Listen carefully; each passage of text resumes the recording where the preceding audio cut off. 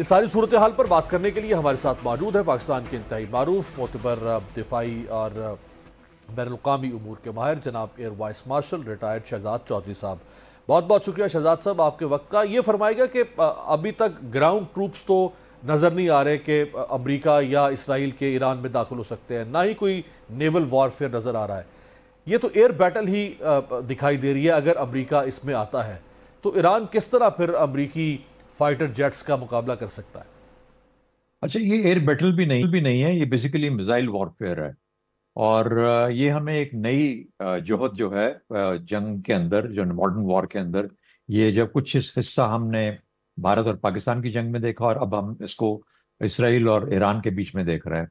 मेरा ख्याल है एक बहुत ही, जिसे कहते हैं कि एक सरप्राइजिंग एक्यूरेसी, सरप्राइजिंग इफेक्ट जहाज का ये है कि जहाज का मुकाबला किया जा सकता है, लेकिन मिसाइल को रोकना तकरीबन इम्पॉसिबल है। ये तो तय हो गया जब आप इसराइल के डिफेंसेस को देखते हैं, जैसे बहुत ज्यादा मशहूर आयरन डोम और उसके बाद एरो 1 2 3 वगैरह, ये सब चीजें शामिल थी। और फिर इतना लंबा सफर जिसमें कि ये मिसाइल तय करके आते हैं। ये, हाँ, ये जरूरी है कि वो एटमॉस्फेयर में नहीं होते, वो टॉपोस्फेयर ट्रोपोस्फेयर में होंगे या उससे थोड़ा ऊपर उसमें होंगे, स्ट्रेटोस्फेयर में होंगे। तो वहां से जितना लंबा होगा उनकी हाइट उतनी ज्यादा होगी जहां जहाज ऑपरेट नहीं कर सकते। उनको इंटरसेप्ट करना उतना ही मुश्किल है, क्योंकि उसका जो रेडार के ऊपर जो नजर आता है वो बहुत छोटा नजर आता है। दूसरा, ये जो लॉन्ग रेंज मिसाइल्स होते हैं, इंटरसेप्ट मिसाइल्स, इनकी भी एक लिमिटेशन होती है कि रडार वहां तक देख सकता है या नहीं देख सकता, ये खुद देख सकते हैं या नहीं देख सकते। तो इसलिए आमतौर पर ये जो मिसाइल्स हैं जो कि हमले के लिए किए जाते हैं, ये सक्सेसफुल हो जाते हैं। फिर एक और टेक्निक हमने देखी जिसमें मिसाइल सेचुरेशन को आपने देखा, कि मिसाइल्स इतने भेजे, इतने ड्रोन भेजे और इस तरह के क्रूज मिसाइल्स भेजे जो कि वो उनके बेहतरीन मिसाइलों में से नहीं है, लेकिन वो उस एयर स्पेस को, उनके एयर डिफेंसेस को इस हद तक सेचुरेट कर देते हैं कि वो लोग, जब ये असल मिसाइल आते हैं जो कि हाइपरसोनिक होंगे, वेरी हाई स्पीड होंगे, जैसे आपने जिक्र किया 2000 किलोमीटर वाले जो मिसाइल हैं, जिनके अंदर से छोटे मिसाइल फिर निकल के और वो फिर जाके लगते हैं अपने अहदाफ के ऊपर। तो इस किस्म की जो चीजें हैं, ये उसके उनके लिए फिर रास्ता साफ हो जाता है। ये टैक्टिक और ये स्ट्रैटेजी हमने ईरान की तरफ से देखी, जिसने दुनिया भर को बहुत इम्प्रेस किया है। एक और जो चीज है, मेरे ख्याल में इसका जो असर है, जो इफेक्ट है, जो तबाही है, वो इस कदर शदीद है, इस कदर सडन है, कि मेरा ख्याल है इसराइल जैसे मुल्क के ऊपर, जिसकी वैसे ही फिजिकल चौड़ाई 135 किलोमीटर से ज्यादा नहीं है, जो अर्बन सेंटर्स हैं बहुत कंजेस्टेड हैं, उन वहीं पे लोग आमतौर पे रहते हैं, तो वहां पे जब तबाही तल अवीव में होती है या किसी शहर में होती है, तो ऐसे है जैसे उनकी साइकोलॉजी के ऊपर एक, जो कि बहुत पुरानी वो लेके चल रहे हैं, सफरिंग की कहानी लेके दुनिया भर में फैला के चल रहे हैं, उसके अंदर वो सफरिंग में और इजाफा हो जाता है और वो अपनी कहानी को और बढ़ा चढ़ा के पेश करते हैं। लेकिन उससे वाजे होकर सामने निकला कि ना आयरन डोम ना डिफेंसेस कोई चीज इसको रोक सकती है, मिसाइल्स को। ईरान के पास जो इन्वेंट्री है मिसाइल्स की, बहुत इंप्रेसिव है। और अब मिसाइल वॉरफेयर के ऊपर बहुत सारी कौमों को ध्यान देना पड़ेगा। और तीसरा, इसराइल के अपने मुकम्मल एज अ सिस्टम इतने लूप उसमें होल्स हैं उसके अंदर से कि आसानी के साथ उसको प्रेशर में लाके, इसीलिए वो अमेरिका से कह रहा है कि आके मेरी मदद करो, वरना मैं तो तबाह होने वाला हूँ। राइट। शहजाद साहब, कल टेलीग्राफ ने यह खबर दी कि प्रेसिडेंट ट्रंप ने सिचुएशन रूम में अपनी सारी फौजी कमांड को बुला के अपनी वॉर गेमिंग फाइनल कर दी है। वो ऑपरेशन लॉक है, सिर्फ उन्होंने अब डेट अनाउंस करनी है। उन्होंने कहा कि मैं जब करना होगा मैं उससे 1 सेकंड पहले बताऊंगा कि हाँ आप हमला कर दो। तो साथ ही खबर आई है कि जी अब ये बंकर बस्टर जो बम है और वो B2 जो जेट है उसके जरिए से, ये क्या है और ये कैसे काम करता है? अच्छा देख, B2 तो एक बॉम्बर है, स्टेल्थ बॉम्बर है, इसको स्टेल्थ बॉम्बर कहते हैं। ये इतनी आसानी से, जाहिर है पिक पिक होता है रडार पे, लेकिन लेट पिक होता है। पहली बात उसकी ये सरप्राइज होती है। दूसरा, लॉन्ग डिस्टेंसेस पे चल सकता है। इसका मतलब है यूरोप से टेक ऑफ कर सकता है, डीगो गार्शिया से कर सकता है जो बहुत करीब है ईरान के। यानी वो उसको नॉर्मल बेसिस से टेक ऑफ करने में कोई दुश्वारी नहीं है। ये जो आपके एयरक्राफ्ट कैरियर्स हैं जो समंदर में होते हैं, वहां पे जी। नहीं टेक ऑफ कर सकता। तो ये आएगा, जब भी आएगा किसी मेनलैंड से आएगा और जमीन से यानी रनवे से टेक ऑफ करके आएगा। उसके ऊपर जो मिसाइल लगा होता है जिसको बंकर बस्टर कहते हैं, या जो GBU 57 या समथिंग लाइक दैट, उस तरह का उसका नंबर है। 30,000 पाउंड का बॉम्ब है। ओह। ये अफगानिस्तान में भी यूज किया गया था। आपको याद होगा तोरा बुरा को जब जी मलिया मेट बिल्कुल। किया गया, लेकिन उस वक्त B-52 ने इस्तेमाल किया था। हाँ। इस दफा ये B2 के थ्रू करना चाहते हैं, ताकि अगर कोई डिफेंसेस हैं ईरान के जो कि इसका रास्ता रोकने में किसी हद तक कोई कामयाबी होती है उनको, तो वो बिल्कुल इसको इलेक्ट्रॉनिक वॉरफेयर के साथ, अपने स्टेल्थ के साथ, बाकी और इनके अपने डिफेंसेस साथ होंगे, एस्कॉर्ट्स होंगे, तो वो उस तरह का एक एक ऐसा बेनाइन माहौल क्रिएट करेंगे जहां पर ये अपने हदफ को फिर ये तो बॉम्ब ये सॉरी बताइए, पेनिट्रेट करके ये बॉम्ब ड्रॉप करता है या उसको लॉन्च कर फायर करता है?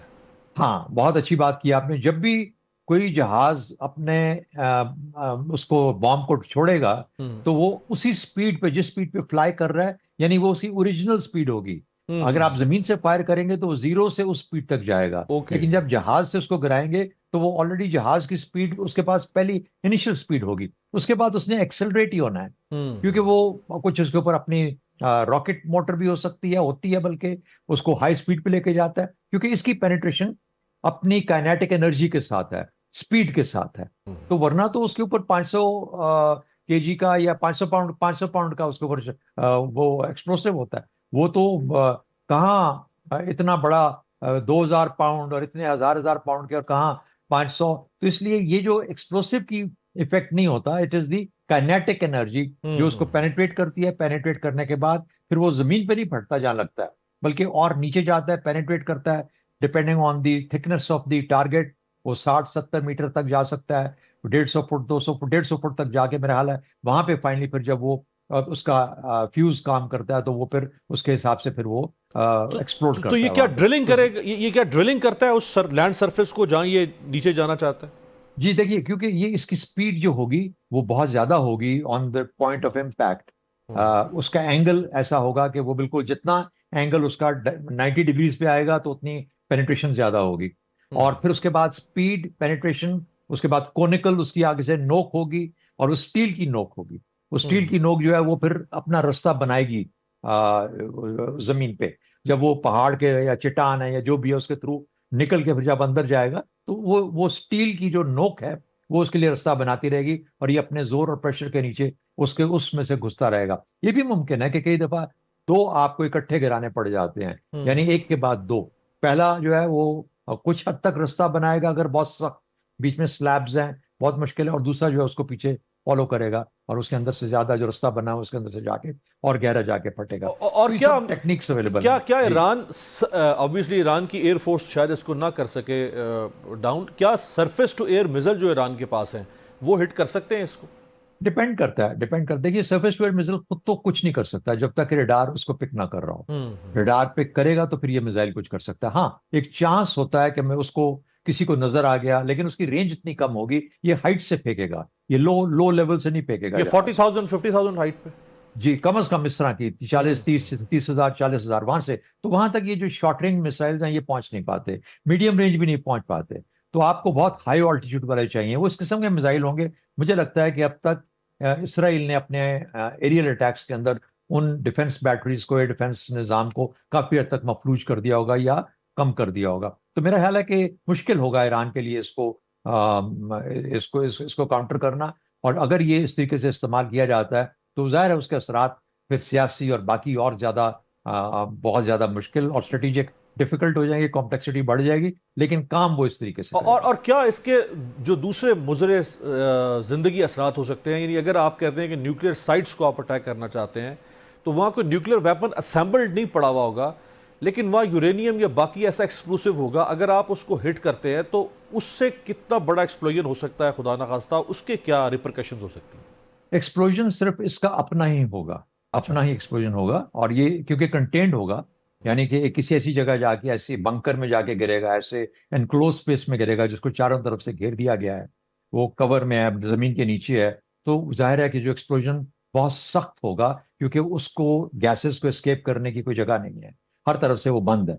एक तो उसकी डिस्ट्रक्शन होती है, यानी जिसे कहते हैं कि हवा का दबाव, टेम्परेचर्स का राइज, ये चीजें उसको इंसिनरेट कर देती हैं। वो बिल्कुल पिघला के रख देती हैं हर चीज को, जितना बड़ा टेम्परेचर राइज होता है। एक तो ये एस्पेक्ट होता है। दूसरा, वहां पे जो मटेरियल्स हैं उनमें से रेडिएशन अलबत्ता चल रही होती है। यूरेनियम होगा, तो यूरेनियम एनरिच यूरेनियम होगा, तो उसमें से जब उसको स्ट्राइक किया जाएगा तो कॉन्स्टेंटली उसके अंदर से फिर रेडिएशन होंगी। वो रेडिएशन फिर हार्मफुल होती हैं उन लोगों के लिए जो कि वहां मौजूद हैं या जहां पे ये फैलेंगी।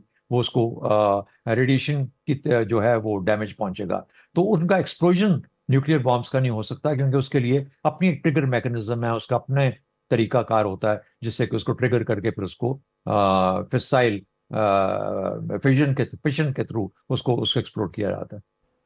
राइट। आखिर में फरमाएगा कि इसराइली हुकूमत और अमेरिका ने शायद ये ख्वाब में भी नहीं सोचा होगा कि उसकी मिलिट्री इंस्टॉलेशंस को ईरान जैसा छोटा मुल्क निशाना बना सकता है, और 7 दिन से मुसलसल निशाना बना रहा है और तेल अवीव गजा का मंजर पेश कर रहा है।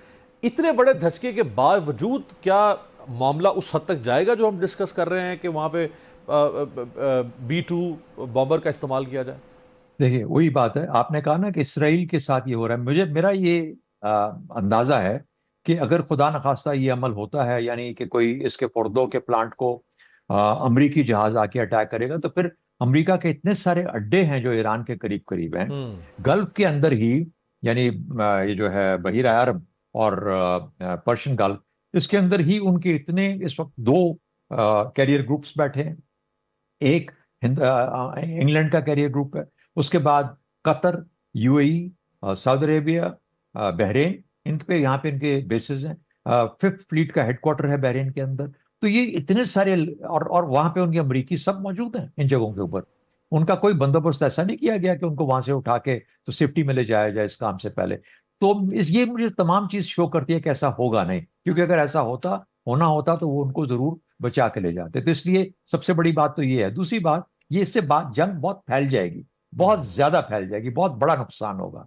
तो मेरा ख्याल है कि उस तरफ इसलिए जाने की पॉसिबिलिटी नहीं है। और ऐसा ही लगता है कि जैसे बातचीत के जरिए मामले को अमेरिका भी चाहता है, मेरा ख्याल है ईरान भी बड़ी हद तक चाहता है। जो डेंट हम्म। जो डेंट हमने यानी ईरान ने इसराइल को पंक्चर करके, उसकी मिथ को पंक्चर करके दुनिया के आगे दिखा दिया है, मेरे हाल में ये इस जंग की और ईरान की सबसे बड़ी अचीवमेंट। बहुत ज़बरदस्त बात आपने की कि वो जो एक हवा खड़ा किया हुआ था इसराइल की ताकत का, और उसके पुष्ट पे 78 साल से अमेरिका की ताकत थी, उसको ब्रीच करके जिस तरह से बिल्कुल बुलडोज कर दिया है ईरान ने, ये बजाते खुद ये एक बड़ी नाकाबिल यकीन कामयाबी है। बहुत बहुत शुक्रिया शहजाद चौधरी साहब, एयर वाइस मार्शल रिटायर्ड, हमारे साथ थे।